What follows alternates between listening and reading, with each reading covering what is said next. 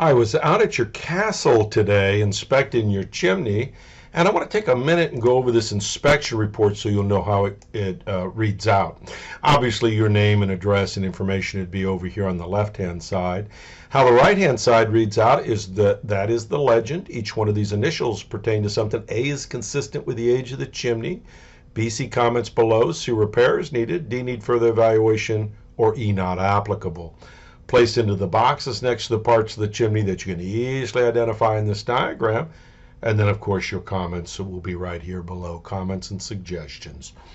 So let's play the intro, and we'll get right into your personal report. Here we go.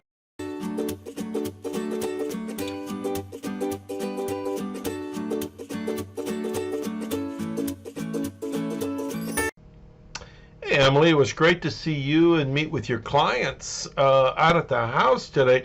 Hey, what a beautiful house. Great location, too, by the way. Let's take a look at the outdoor fireplace. Vented gas logs, and all three fireplaces have vented gas logs. This is the only one that's manually operated, so just off to the right to the traditional dial, counterclockwise, or towards the left, like you're unscrewing a jar or something, you're turning the fireplace on, or the other direction off.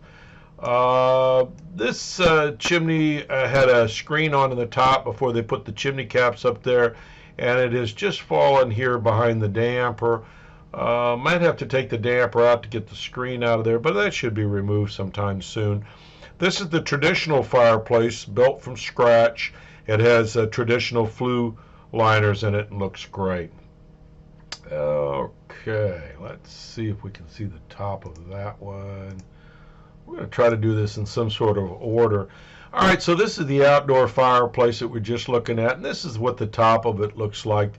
These are English pots with screens and caps on them. They look just wonderful. Flashing up here looks good. Now let's see what the next picture is going to bring. This is the living room. So this is the one we were talking about with the clearances. And of course, if you want to mount a TV above it, you don't want it sitting as high as it would have to be with the mantle the way it is. Remember, all you need is 6 inches from the top of the opening here to the surround, because the surround is 1.5 inches or less off the slate. So 6 inches here.